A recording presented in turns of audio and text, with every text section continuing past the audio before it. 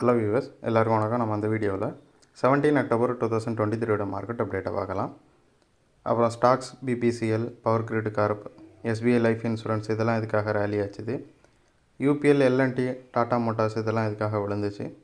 எஃப்எஸ்டிஎஸ் இவங்கெல்லாம் வந்து எவ்வளோ க்ரோஸ்க்கு ஸ்டாக்ஸை பை அண்ட் செல் பண்ணியிருக்கிறாங்க. யூஎஸ் மார்க்கெட் வந்து எந்த விதமாக மூவ் ஆச்சுது, க்ரூடு கரன்சி, இதோட ரேட்ஸ் எல்லாத்தையும் நம்ம இந்த வீடியோவில் பார்க்கலாம்.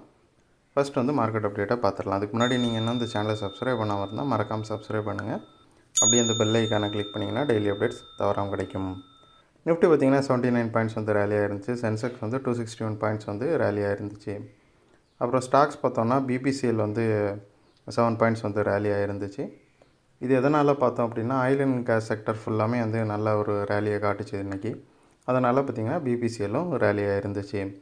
பவர் கிரிட் கார்ப் வந்து ஒரு 4 பாயிண்ட்ஸ் ரேலியாக இருந்துச்சு. பவர் கிரிட் கார்ப் வந்து ஒரு 20,000 crore க்ரீன் எனர்ஜி காரிடார் 2 வந்து லடாக்கில் வந்து அவங்க பில்டு பண்ண போகிறாங்க.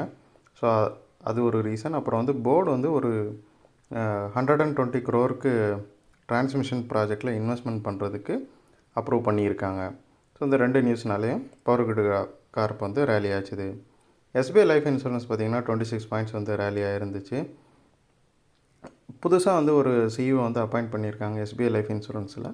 அதுக்கப்புறமாவே 2 வீக்ஸாக இது வந்து ரேலி ஆகிட்டு தான் இருக்குது. அதனால் இன்றைக்கும் நல்லா ரேலியாக இருக்குது. யூபிஎல்லில் பார்த்தோன்னா 6 பாயிண்ட்ஸ் வந்து விழுந்துருக்குது.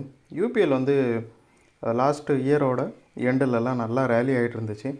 அப்புறம் பார்த்திங்கன்னா இந்த இயர் ஸ்டார்டிங்லேருந்து அதுக்கு பெருசான எந்த விதமான ஒரு லாபங்களும் இல்லை. அதாவது அதை நினச்ச மாதிரி இன்டர்நேஷ்னல் மார்க்கெட்டில் வந்து வரவேற்பு இல்லாததுனால யூபிஎல் வந்து நல்லாவே விழுந்துச்சு. ஸோ ஒரு 8 மந்த்ஸாகவே அது வந்து பெரிய லாபங்கள் எதையும் வந்து மேக் பண்ணாமல் தான் இருந்துச்சு. ஸோ அதனால் எப்போல்லாம் அது வந்து ரேலி ஆகுதோ அப்போல்லாம் வந்து சோல்ட் ஆகிட்டு தான் இருக்குது. ஸோ அதே மாதிரி இப்போ பார்த்திங்கன்னா ஒரு 4-5 டேஸாக நல்லா ரேலி ஆச்சுது. அதுக்கப்புறம் பார்த்திங்கன்னா அது ப்ராஃபிட் புக் ஆகி மறுபடியும் விழ ஆரம்பிச்சிருச்சு. அப்புறம் எல்என்டியை பார்த்தோம் அப்படின்னா எல்என்டி வந்து 52 வீக் ஹையில் இருக்குது. இந்த வருஷம் ஃபுல்லாகவே எல்என்டிக்கு வந்து ஒரு சிறப்பான வருஷமாக தான் இருக்குது. எல்என்டி வந்து நிறையா நியூ ப்ராஜெக்ட்ஸ் அச்சீவ் பண்ணிச்சு. அதே மாதிரி நிறைய கான்ட்ராக்ட்ஸையும் வந்து புதுசாக வாங்கியிருக்கிறாங்க. ஸோ இதனால் பார்த்திங்கன்னா எல்என்டி ஒரு நல்ல பொசிஷனில் இருந்துச்சு. இப்போ ப்ராஃபிட் புக்கிங்னால் விழுந்துருக்குது 52 வீக் ஹையில் இருந்தப்போ. அப்புறம் வந்து டாடா மோட்டார்ஸை பார்த்திங்கன்னா சேம் நியூஸ் தான். டாடா மோட்டார்ஸ் வந்து இந்த வருஷத்தில் வந்து நல்லாவே வெஹிக்கிள்ஸை செல் பண்ணிச்சு. டாடா மோட்டார்ஸ் வந்து நல்ல லாபம் கொடுக்குற ஒரு கம்பெனியாக மாறிட்டுருக்குது.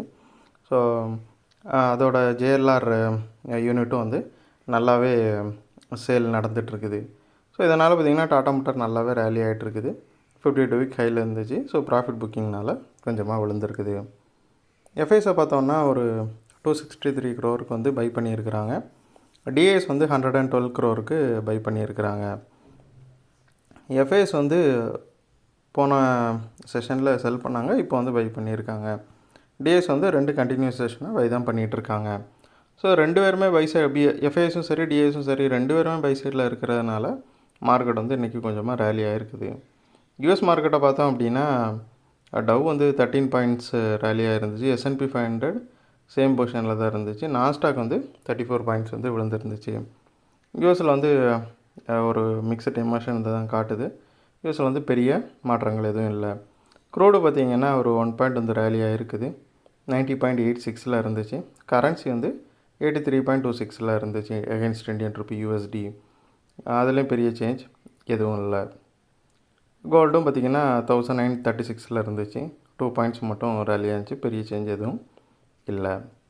ஸோ இந்த வீடியோவில் நான் உங்களுக்கு கொடுத்த இன்ஃபர்மேஷன்ஸ்லாம் கண்டிப்பாக ஹெல்ப்ஃபுல்லாக இருந்திருக்கும் நான் நம்புகிறேன். இது உங்களோட ஃபியூச்சர் ட்ரேடிங் செஷனுக்கு கண்டிப்பாக ஹெல்ப் பண்ணும். இந்த வீடியோ உங்களுக்கு பிடிச்சிருந்துச்சுன்னா லைக் பண்ணுங்கள், ஷேர் பண்ணுங்கள், மறக்காமல் சேனலுக்கு சப்ஸ்கிரைப் பண்ணுங்கள். அப்படியே அந்த பெல் ஐக்கானை கிளிக் பண்ணிங்கன்னா டெய்லி அப்டேட்ஸ் தவறாமல் கிடைக்கும். தேங்க்ஸ் ஃபார் வாட்சிங். Keep supporting. தேங்க்யூ.